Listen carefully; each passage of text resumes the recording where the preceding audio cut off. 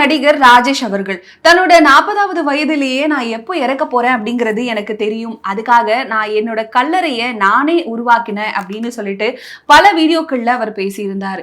இது மக்களிடையே பெரும் சர்ச்சையை ஏற்படுத்தி இருந்துச்சு. அது மட்டும் இல்லாம தன்னோட கல்லறையில என்ன வார்த்தைகள் இருக்கணும் அப்படிங்கிறதையும் முன்கூட்டியே இவர் தேர்ந்தெடுத்து வைத்திருந்தாரு அப்படின்னு சொல்லப்பட்டுச்சு. 1974 கே பாலச்சந்தர் அவர்கள் இயக்கத்துல வெளியான அவள் ஒரு தொடர்கதை திரைப்படத்துல தான் இவர் அறிமுகமாயிருக்காரு.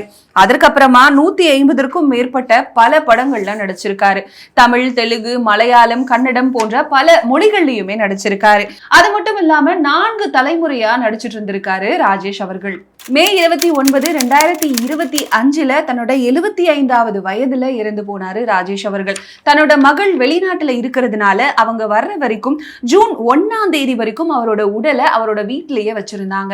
அவங்க மகள் அவரோட உடலுக்கு அஞ்சலி செலுத்தினதுக்கு அப்புறம் தான் அவரோட உடலை அடக்கம் செஞ்சிருக்காங்க. ஆள் செய்யாத நாள் செய்யும் சொல்லுவாங்க. அதனாலதான் எங்க அம்மா கவலைப்படுறாங்க.